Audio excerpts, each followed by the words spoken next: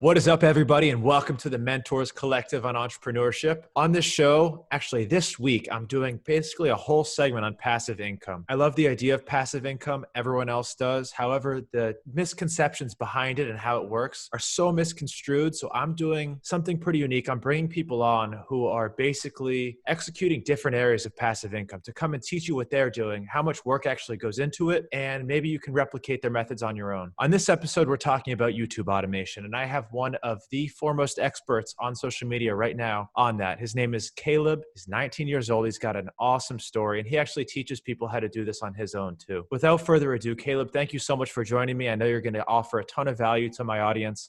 We're going to talk about passive income. We're going to talk about YouTube automation, and maybe you can offer some insight for people on how maybe they can get into it as well. Yeah, let's get right into it. Get right into it. Tell me your story, Caleb. I know we just talked for a little bit before this, but Yeah. I'm Caleb Boxx. So pretty much when I started out, it was in 2016 is when I started. So I was 16 years old at the time. At the time I was playing around with YouTube, but I wanted to take it seriously, as every kid nowadays wants to make YouTube a hobby, or a job. What happened was where I was at a point in my life where I realized that college was definitely not going to be a route. You see my older friends who were already in college, and I noticed that it wasn't working out for them. I didn't like the idea for me, unless you're being a doctor, lawyer, whatever it is, the major ones that you really need to go to college for.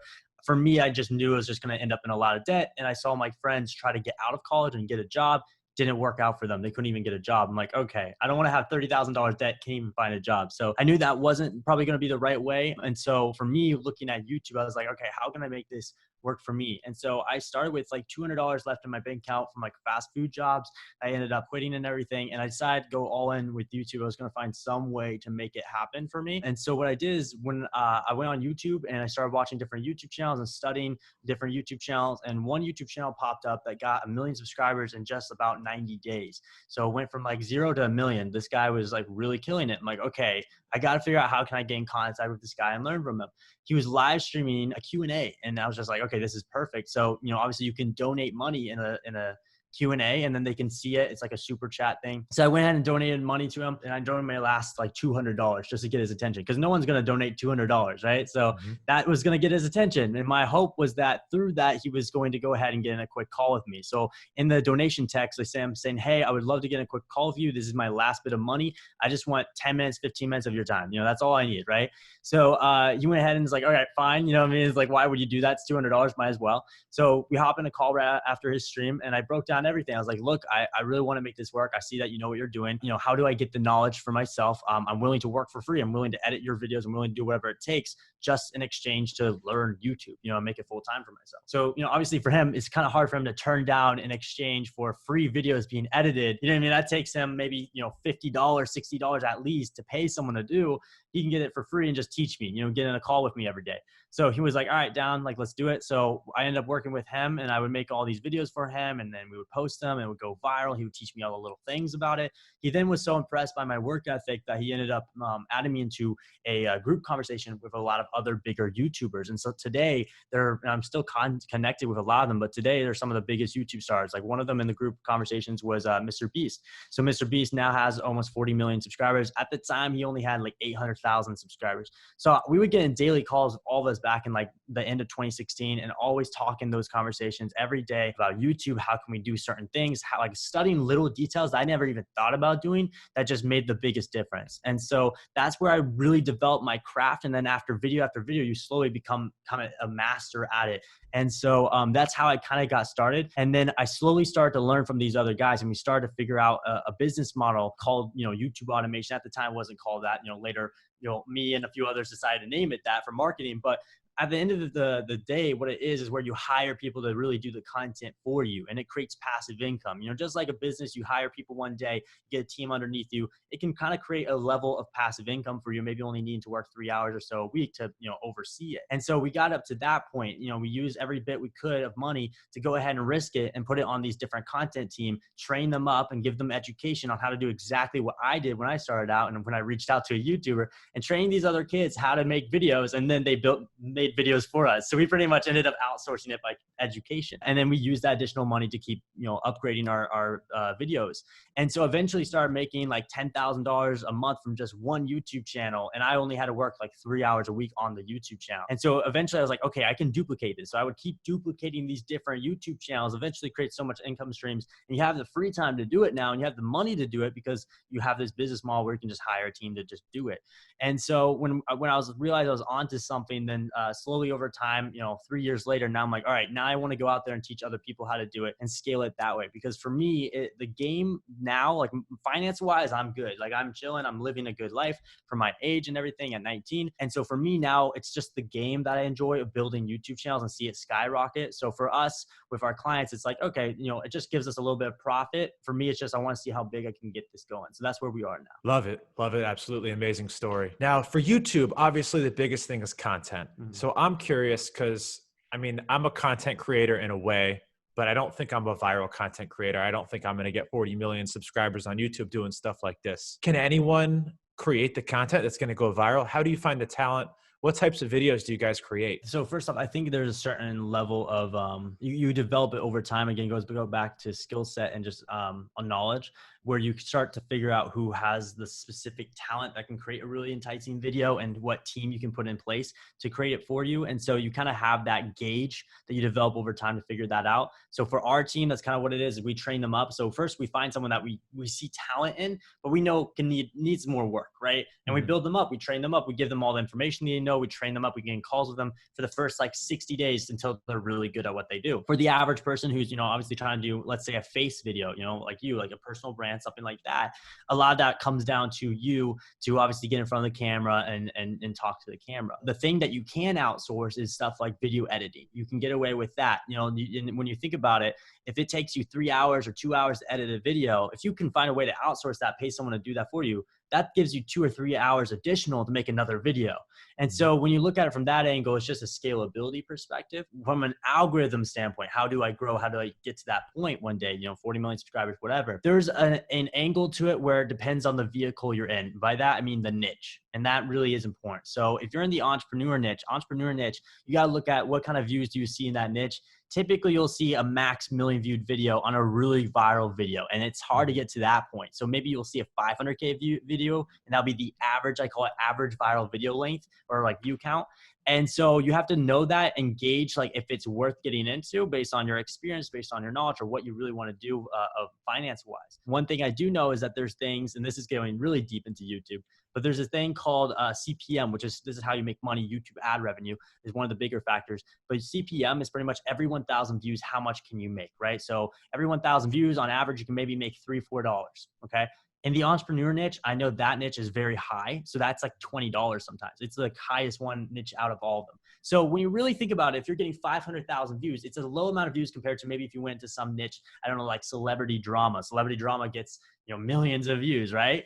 But that CPM in the entrepreneur niche will actually end up making it the same amount of money you would probably make per video, like per viral video, compared to if you got a 2 million, 3 million viewed celebrity drama video, right? So it kind of becomes a balance game. So money wise, like subscribers versus money is not a good way to figure out if they're making more money. If they have more subscribers than a specific person, that doesn't necessarily mean they're making more money than that specific person. Gotcha. That was actually a question that was coming next, because I was like, okay, does my 1,000 views as an entrepreneur, because those viewers are typically a higher value viewer than the 3 million people watching the street fight. That's super valuable information right there. So do you see any commonalities between the talent that you hire to create this different content? Are you looking for fashion? Are you looking for fitness?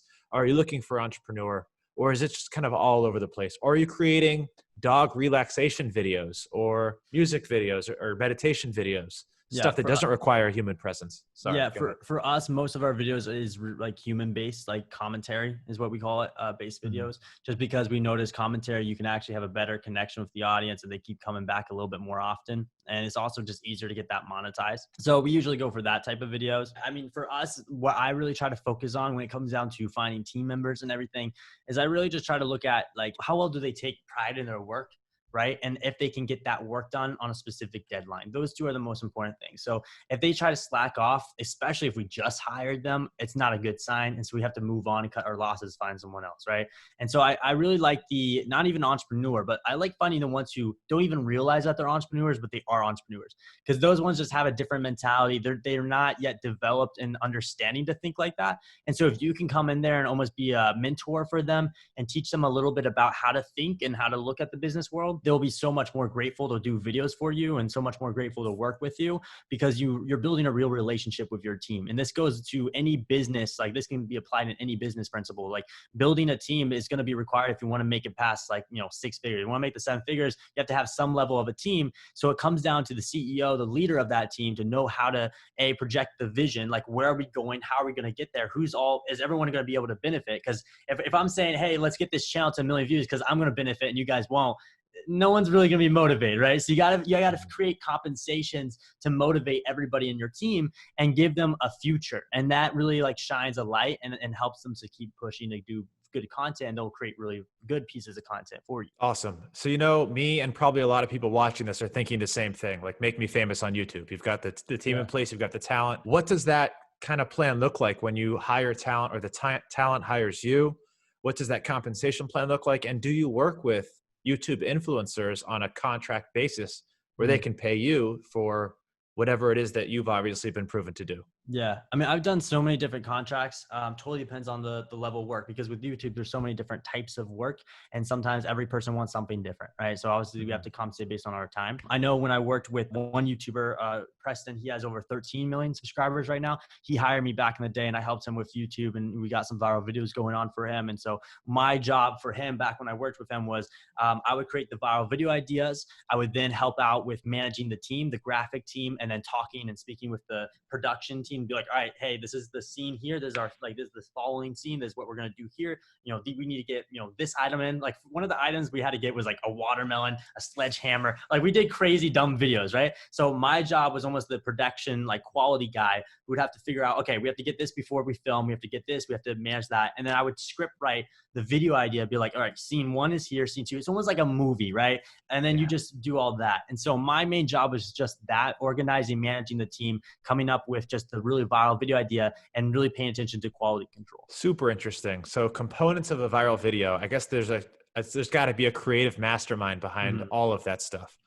Is that you for most of these videos, or have you been able to find and outsource creativity? Because I've found that to be the hardest thing.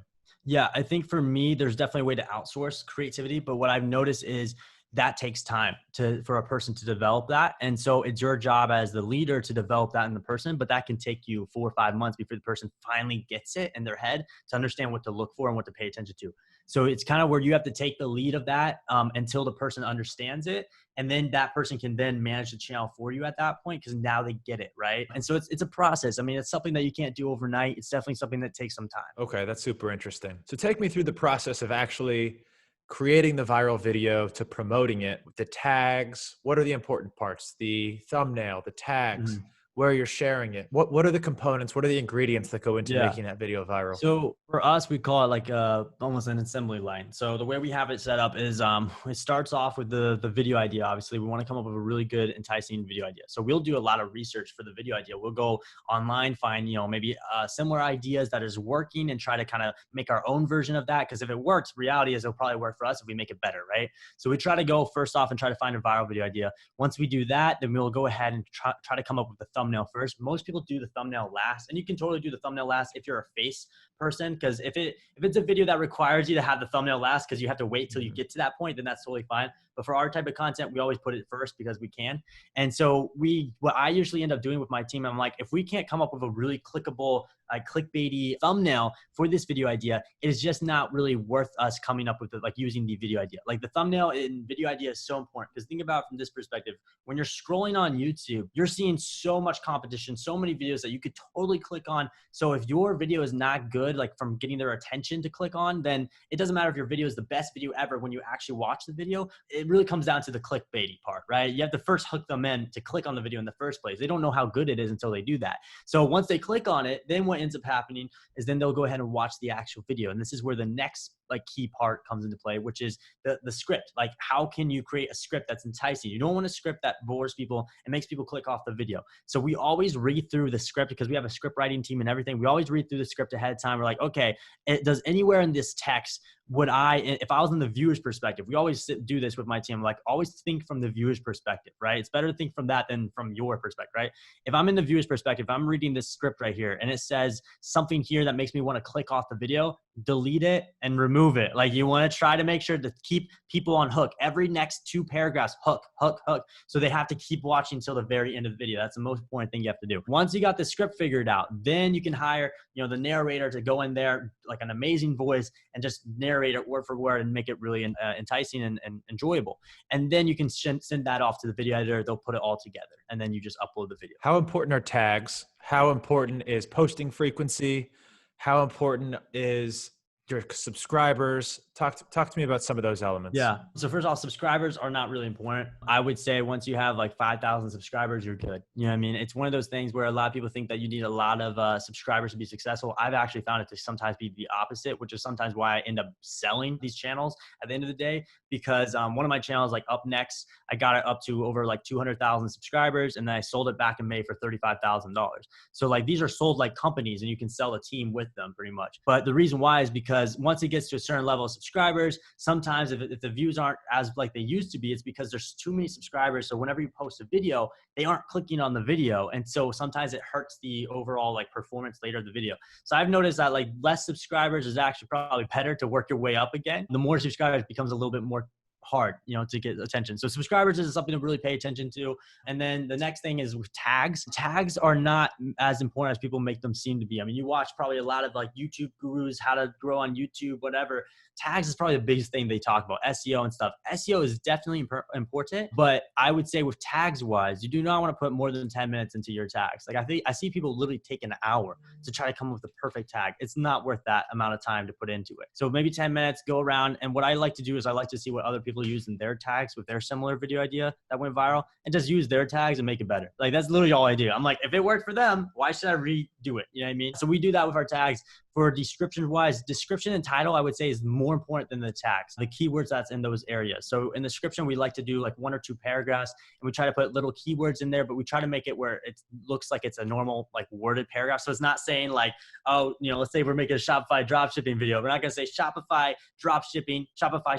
Like we're not going to do that because it does, it's weird. You're not supposed to do that. So what we do is we try to do like a special keyword. So we say, oh, in this video, we talk about Shopify dropshipping and how you can open a Shopify dropshipping store. Like we do that to try to like create a normal paragraph, but there's little keywords in them. The first and second paragraph is probably the most important thing besides the title. And then obviously the title, you want to try to make it with a lot of keywords and that can get people's attention. Dropping so many gold nuggets. I love it. Absolutely love it. Okay. So we've got the perfect video. Tags aren't that important. We've got a description, a title, a thumbnail that's hooky. Do you do anything to promote that video after posting it, or just let the organic algorithm work its magic and pray for the best? So it totally depends on what phase the channel is in. So if the channel, let's say the channel is at a point where we have an average of 200 or 300 views per video being sent to it just off of subscribers or whatever, we never really do any external promotions because that's just enough to get into the organic reach of YouTube. From scratch, typically what we'll sometimes do if we don't see that much performance after maybe like 4 or 5 videos of uploading, we don't really see any views at all, we'll usually actually go ahead and use other promotion outlets. So that means we'll utilize Instagram. I know for people who don't have any money, what I always recommend is create an Instagram account around that niche and try to develop a little audience quickly by following and unfollowing, sending people to your link in bio, and which will be like the YouTube channel in the link in bio, and then try to get them to subscribe. And all you really need is like 100, 200 views from doing that and per video, and then you're good. You know what I mean? So we have that method, or there's the paid method where you can just pay for an Instagram promo and swipe up and get people to go to it, or a thing called community post, which if you haven't seen on YouTube, people can actually do text-based blog, almost like a little blog tweet post and everything. And so we'll sometimes work with similar niche channels and be like, hey, we'll pay you like maybe $200 to go ahead and promote this one video on your community posting. So we'll do it that way. But to be honest, organic reach is really good even from scratch on YouTube, assuming you're really good with targeting the SEO and untapped like searching, but everyone's searching for it. Yeah, awesome. Awesome stuff right now. Another question about YouTube kind of operations and practices. And then I kind of want to change gears. But this last one is something that I'm super obsessed with, just tools. Are there any specific tools that you love and swear by that help you with, whether it be, managing your YouTube account, finding viral ideas, anything like that you would recommend us use? I would say there's two tools. I would say for management, Trello is pretty good. We like Trello. It's just so simple. I So love Trello we like to manage. And then we also like TubeBuddy for copying tags and just a few other things that TubeBuddy comes with.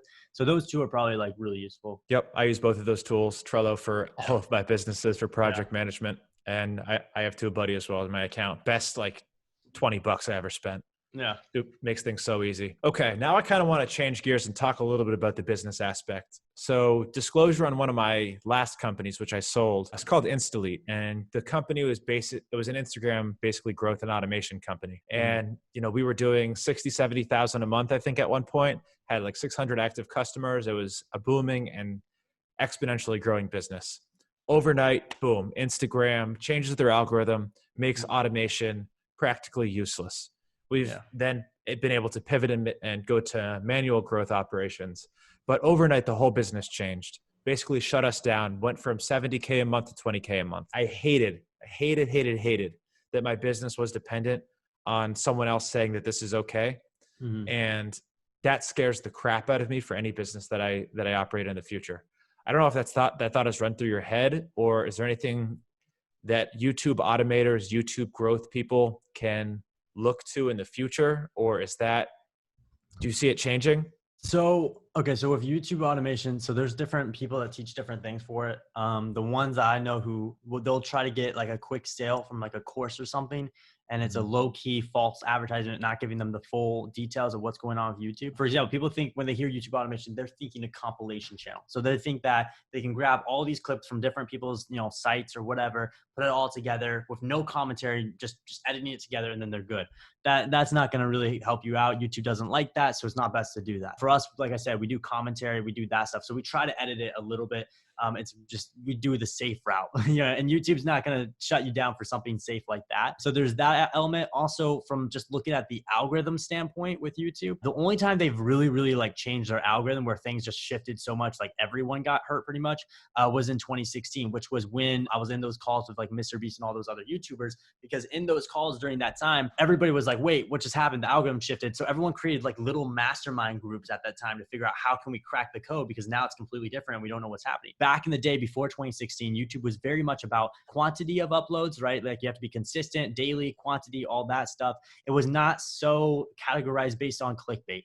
And so YouTube overnight literally switched it over to what it is now, where it's like, like I explained earlier, the thumbnail, all that stuff. But that was in 2016. So I haven't seen any shifts since then. So for me, it's more predictable now. It's a lot easier to really trust YouTube. Also, I think YouTube has been around a very long time compared to all the other outlets. So it's something that I trust them. And they also are like the only outlet that gives you money. You know what I mean? Yeah. Like I think Instagram just started to try to give you money, but it's like, it took them way too long. You know what I mean? So I think YouTube just is, as a business, wants to share some of that profit. So I trust them a lot more. Yeah. That's why all the people are working so hard to create content on YouTube. I don't see it going anywhere, but then again, I didn't see the Instagram going anywhere either. So we'll see what happens in the future. Just something to always keep in the back of your head. And it's in the back of my head now, obviously, because of experience, but definitely something to consider. So one other thing I wanted to kind of address was, I can't remember the Nick Cody, Kody, another YouTube expert that I follow. I think he talks about creating content that doesn't require a personality or a person in the video. Creating, the 8-hour dog entertainment videos that I put on my channel for my TV for my dog from YouTube. Have you seen those channels be successful, where you can, whether it be a meditation or a dog entertainment or cat Yeah. compilation videos? Yeah. Or So I've seen them be successful, but the problem is that half of them get monetized and half of them don't. Mhm. So again, it goes back to who wants to be on the edge and who doesn't want to play that game, right? It's like short term versus long term wins. For me, my business model has always been I just wanted something predictable that is just safe. It may not make as much money in the short term as someone who quickly comes out with a compilation video who tries to cut the corners as much as they can, because the truth is they're going to get demonetized maybe 6 months later. My channel is still going to be around, still going to produce 10K a month or whatever, right? So I prefer doing it that way than cutting corners. That's just how I work. Everyone has a different method of how they work. And I know Cody personally, and he would always try to cut corners with his channels back in the day. So yeah, I mean, that's probably why he like encourages that. But for me, with my team and my viewers, I don't really recommend doing that. Gotcha. Awesome. All right. Going into kind of advice for people who want to get into this, and just to talk a little bit about the passive income side of this. Starting with passive income, would you consider this what you've built now to bring in money and will continue to bring in money without any of your direct interference? I think it still requires, just even like real estate, it still requires a little bit of your touching just to double check and make sure things are going the right direction. If you don't ever touch it at all, it will die off. Yeah, I would say for me, I put 2-3 hours a week into my each channel just to double check, make sure analytics are good, everything's looking good, my team is good. And because you don't want your team to fall apart because they now don't have their leader that's actually taking care of them. So I personally don't believe in just completely letting go. You still want to have a little bit of feel for it. But yeah, I think it can last a very, very long time. I really don't see YouTube going anywhere for a very long time. And so for me, I'm just like doubling down on it because I've been in this game for since 2016 and this business model hasn't done anything since then. It hasn't gone anywhere. So that's why I really think it will go even longer. Absolutely. And give us some of your best tips and learning experiences for people who want to get into YouTube. Let's start with some of your biggest learning experiences. I think the first one is definitely you got to learn from someone that's successful. That's what I did when I started out. I was learning from all those other YouTubers because it's one of those things where it's like if you don't have a person who already gone through it, you're going to run into so many speed bumps. It's going to take you so much longer to get there. And it's just better to learn from someone who's already done it. You can take a lot from that. So I would say first, get someone who's obviously the mentor who's already done it. That's the first tip that I learned. And then the second one, I don't know. I think for me, it really is like the fact of like building the team, right? That's a really important thing. You learn a lot with building a team, but that comes down to just business in general. And with YouTube automation, you're going to eventually have to build a team if you want to be automated. So I think just learning to just really networking, like relationships with your team, how to build them up, how to even recruit that team and really make sure they stay with you. I think those are like the two most important things you can really like develop because those will like really catapult your business. Absolutely. And finding a mentor, no matter what type of business you're in, Yeah. is huge. I didn't learn that until later on in the game. It sounds like you went straight for the mentor, which probably expedited your success Well, technically years I in advance. started doing YouTube way before that though, but it was like playing around with it, like recording myself playing video games. Like it wasn't like serious, but that's because I didn't know what I was doing, So I Mhm. did like make mistakes. I just got in the game earlier. Yeah, you got in the game early and you found a mentor early. Maybe not early for you. I'm sure you were doing it before. Finding a mentor early, a good one, and learning it from somebody who's already successful, huge. Whether it's YouTube, whether it's, PPC marketing, Facebook advertising, PR, Mhm. whatever you want to do, find a mentor. And I have a mentorship program. Mentors Collective has a program if anyone wants to join and crowdsource some insight.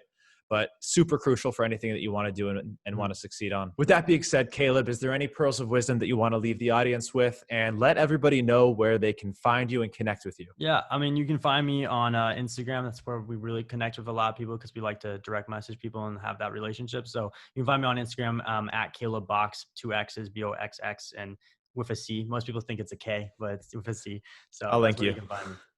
I'll link you in the show notes, right in the descriptions everywhere. Make sure everyone connects with you, puts out some good content. That's where I connected with them. And Caleb, it's been a freaking pleasure to have you on the show, talking about passive income, YouTube automation. I've had a YouTube channel for a while, so got a lot of my questions answered too. And Mentors Collective viewers, if you enjoyed this episode, you have any questions for Caleb or questions for me about it, go ahead and probably the best way is either to drop a comment on YouTube, send me a DM on Instagram, and be sure to subscribe. Be sure to leave us a review. And Caleb, it's been a freaking blast. I'm going to connect with you outside of here. And thank you so much for your insight, brother. Sounds good.